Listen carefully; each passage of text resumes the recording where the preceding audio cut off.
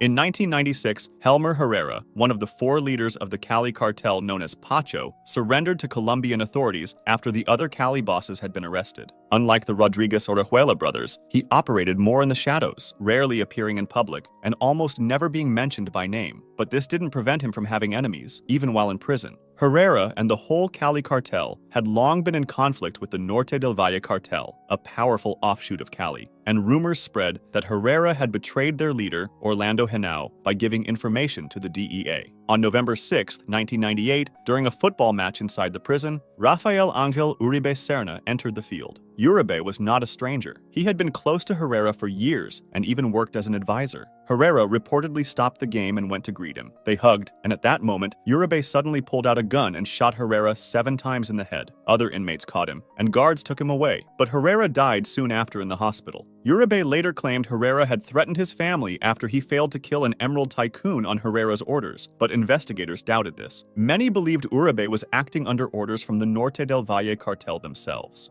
Griselda Blanco Restrepo, known as the godmother of cocaine, was one of the most central figures in the violent Miami drug wars of the 1970s and 1980s. From an early age, she was involved in crime. Stories claim that as a child she kidnapped and even killed, and by her teenage years she was already committing theft and fraud before moving into drug trafficking. At its peak, her empire was said to bring in $80 million a month, but Blanco was remembered more for her violence. She ordered hundreds of killings, including public massacres, and she was credited with popularizing motorcycle drive-by shootings that became a cartel trademark. Not even her family was safe, as she allegedly ordered the murder of her first husband, personally shot her second husband Alberto Bravo during an argument, and had her third husband killed after a custody dispute over their son, Michael Corleone Blanco, whom she had named after the character from The Godfather. In 1985, she was arrested in California by the DEA and released early in 2004 for health reasons and deported back to Colombia. In her later years, she was said to have turned to religion and lived as a born-again Christian. But on September 3, 2012, at the age of 69, while she was leaving a butcher shop in Medellin, a man on a motorcycle shot her twice in the head. She was basically killed in the same style of assassination she had once popularized in Miami.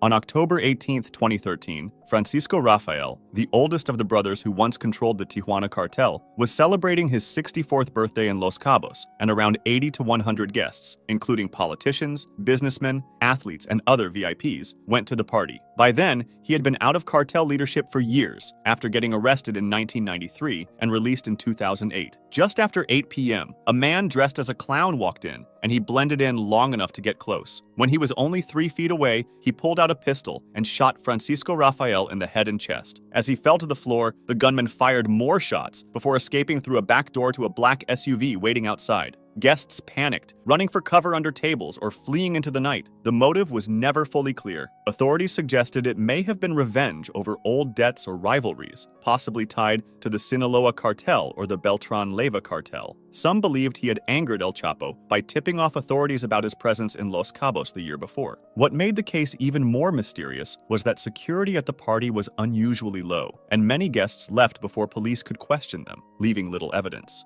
By 1989, Gonzalo Rodriguez Gacha, also known as El Mexicano, was one of the most feared leaders of the Medellin cartel. But by then, he had gone to war with almost everyone: the Colombian government, the DEA, the Cali cartel, FARC guerrillas, and even old allies in the emerald trade. His empire was falling apart, and his enemies had started working together to bring him down. The final hunt began when a police informant, secretly working for the Cali cartel, revealed his location. The police traced him to Cartagena, but he slipped away by boat to Tolu with his son Freddy and several others. Unfortunately for him, one of them was the same informant still passing information to the authorities. On December 15, 1989, 2 military helicopters carrying elite police units launched the attack. And at first, Gacha and his men tried to hide by dressing as farm workers. But when helicopters circled overhead, they ran to a red truck and attempted to escape. A running gunfight followed across the countryside, until, near a group of trees, some of his bodyguards and his son Freddy exchanged fire with police and were killed. Gacha, with one bodyguard left, kept fleeing in the truck until they abandoned it and tried to escape on foot through a banana plantation. Cornered and wounded, Gacha fired at a helicopter with a German submachine gun. His shots gave away his position, and the police answered with bursts of machine gun fire from above. A bullet struck him in the leg, bringing him down, and moments later another hit him in the face, killing him. 2 days later, on December 17th, thousands of people gathered in his hometown of Pacho for his funeral. Estimates put the crowd as high as 15,000. It was the afternoon of December 2nd, 1993, and Pablo Escobar was hiding in a modest house in a Medellin neighborhood. For more than a year, he had been on the run after escaping from his private prison, La Catedral, where he had lived in comfort and continued his criminal operations even while locked up. The Colombian government, with support from the United States, had been hunting him non-stop, and his rivals in the Cali cartel also wanted him dead. His actions brought even more attention towards him, like when he bombed Avianca Flight 203 in an attempt to kill a presidential candidate, Cesar Gaviria, but instead killed more than 100 innocent people. Colombian special forces, using U.S. technology that tracked a phone call he made to his family, found him in Medellin. As police closed in, Escobar tried to escape across the rooftops with his bodyguard, but a gunfight broke out. Bullets hit him in the torso and legs, but the shot that finished it struck his head. Some believe the police fired it, while others think Escobar shot himself. His death marked the fall of the Medellin cartel, and more than 25,000 people attended his funeral. On July 4, 1997, Amado Carrillo Fuentes, known as El Señor de los Cielos, or Lord of the Skies, for the huge fleet of jets he used to move cocaine, entered a private hospital in Mexico City to change his face, and you'll soon understand why. By then, he was the most powerful drug lord in Mexico, head of the Juarez cartel, and worth an estimated $25 billion, but pressure against him was growing. Both U.S. and Mexican authorities were closing in, and ordinary Mexicans had started protesting the politicians that allowed traffickers like him to operate. Carrillo, while on the run, believed surgery could buy him time. At Santa Monica Hospital, he underwent major plastic surgery on his face, along with liposuction to change his appearance, but the operation didn't go as expected. Whether from a bad reaction to medication or a broken respirator, complications set in, and in the early hours of July 5th, Amado Carrillo Fuentes was dead. The most powerful drug trafficker in Mexico had not died in a gun battle or an ambush, but on an operating table. Rumors spread quickly, with many insisting Carrillo had faked his death to escape justice. The government was forced to publicly display his body to silence the speculation. Months later, the two surgeons who had performed the operation were found murdered. The Juarez cartel fell into chaos almost immediately, and a bloody fight for control of what Carrillo had left behind started. Being one of the leaders of the Tijuana cartel and being known as the cartel's enforcer, Ramón had built a reputation as one of the most ruthless traffickers in Mexico. He personally ordered massacres, including the 1998 slaughter of 19 members of the Castro Ramirez family. Brutal acts like this made him stand out, which is why by the late 1990s, Ramón was high on Mexico's most wanted lists. In 1997, he was added to the FBI's 10 most wanted fugitives, charged with importing cocaine and marijuana into the United States. Later, under the Kingpin Act, his U.S. assets were frozen, and American citizens were banned from doing business with him. Still, Ramón continued to operate in Mexico, but on February 10, 2002, while he was driving in Mazatlan, a Mexican police officer, Angel Antonio Arias Torres, pulled him over for a traffic violation. What seemed like a routine stop exploded into violence. Ramón pulled a gun and shot the officer twice in the chest, mortally wounding him. Even as he collapsed, Arias Torres managed to fire back, hitting Ramón in the head and killing him instantly. Both men died in the exchange. Some accounts, however, say that the stop was not an accident. According to these stories, Joaquín Guzmán, known as El Chapo, set up the ambush to remove one of his most dangerous rivals. If that's true, he succeeded, since Ramón's death marked the beginning of the end for the Tijuana cartel. Just weeks later, his brother Benjamin was arrested, and within a few years, most of the Arellano Félix brothers were either captured or dead.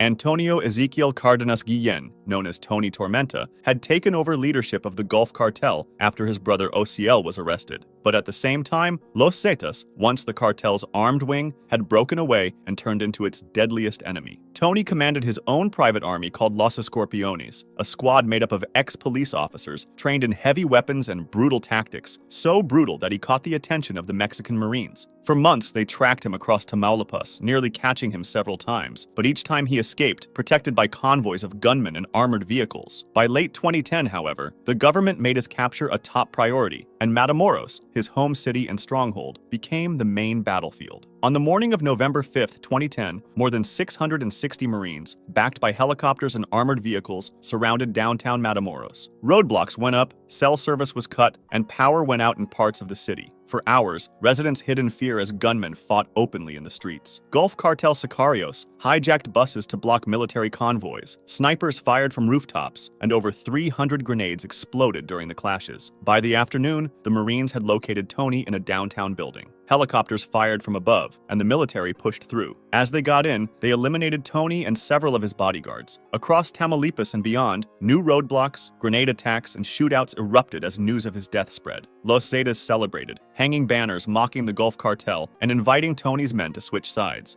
Marcos Arturo Beltrán Leyva, once called El Jefe de Jefes, or the Boss of Bosses, by his gunmen, had risen inside the Sinaloa cartel with his brothers by running security and drug routes for El Chapo. But after his brother Alfredo was arrested in 2008, the Beltrán Leyva clan blamed El Chapo for betraying them. They broke away, formed their own cartel, and allied with Los Zetas, which were enemies of El Chapo, turning Mexico into a battlefield between former partners. Arturo led with brutality, filling the country with assassins, bribing officials, and spreading terror. So by late 2009, the Mexican government had made him one of its top targets. On December 11th, Arturo threw a lavish Christmas party at a mansion in Cuernavaca, but Mexican Navy Special Forces raided the house, sparking a firefight that killed 3 of his men and a neighbor. Arturo escaped, but 5 days later, intelligence led the Navy to another luxury apartment where Arturo was hiding. This time, they came with a crazy amount of force. Around 200 Marines, backed by tanks and helicopters, surrounded the building. A 90-minute gun battle followed. Arturo's men hurled grenades to hold them off, but Marines repelled from helicopters and stormed the building. When it was over, Arturo and 3 of his men were dead. The aftermath was bloody. Days later, gunmen assassinated family members of Melchizedek Angulo Cordova, the Marine killed in the raid, murdering his mother and relatives after his funeral. Then, a banner left at a kindergarten warned of more reprisals.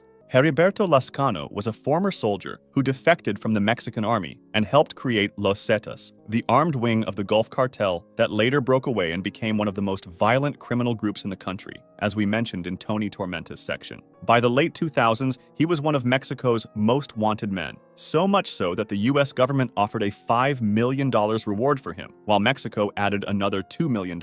His end came on October 7, 2012, when, acting on a civilian tip about armed men at a baseball game, Mexican Marines moved in. Lazcano and a bodyguard opened fire from a white van, starting a shootout that killed both of them and 1 Marine. Fingerprint tests confirmed the dead man was Lazcano, making him the most powerful cartel boss killed since Mexico's drug war began in 2006. But the story didn't end there. His body was taken to a funeral home in Sabinas, Coahuila, and before officials could make the news public, a convoy of masked gunmen stormed the building, overpowered staff, and stole Lazcano's corpse. That's because in the Zetas' paramilitary culture, no man was to be left behind. His body has never been recovered. Lazcano's death cleared the way for Miguel Trevino to become the uncontested leader of Los Zetas, though he was captured less than a year later in 2013. This created an opening for rivals like El Chapo and the Sinaloa cartel, who could now more easily expand into Zetas territory. Ignacio Coronel Villarreal, also known as Nacho Coronel, or the King of Crystal, for his domination of methamphetamine production and trafficking, was one of the most wanted men by the US and Mexican government by the early 2000s. He rose to power in the 1980s with the Juarez cartel under Amado Carrillo Fuentes, but after his death, he helped strengthen the Sinaloa cartel alongside El Chapo. His niece, Emma Coronel Aispuro, later became widely known as the wife of El Chapo, but he's mostly known for his 2010 retaliation, when, after his young son Alejandro was kidnapped and murdered by gunmen linked to Los Zetas, he sent more than 100 men to kill 14 people only days later. On July 29, 2010, Mexican soldiers tracked him to a luxury home in Zapopan. When troops stormed the property, he resisted. In the firefight, he killed 1 soldier and wounded another before being fatally shot in the head. Inside the house, soldiers seized jewelry, luxury watches, rifles, grenades, 3 vehicles, and about $7 million in cash. On January 11, 1996, El Chepe, whose real name was Jose Santa Cruz Londoño, had escaped from the La Picota prison in Bogotá. He was one of the founding leaders of the Cali cartel, and unlike the Medellin cartel under Pablo Escobar, which fought openly with bombings and assassinations, Cali used a quieter approach with corruption and bribery. This seemed to work, since at its peak, the cartel supplied up to 80% of the cocaine in the world. But after Escobar's death in 1993, all eyes turned to Cali. This was made worse by the bloody war with the Norte del Valle cartel that we previously mentioned. Its leaders, together with paramilitary commander Carlos Castaño and corrupt police colonel Danilo Gonzalez, agreed that Chepe had to die. They arranged an ambush disguised as a police checkpoint, and El Chepe was shot dead on the spot. If you liked this video, hit the like button and subscribe for more stories like this. And if you're not done yet, check out these 2 videos next.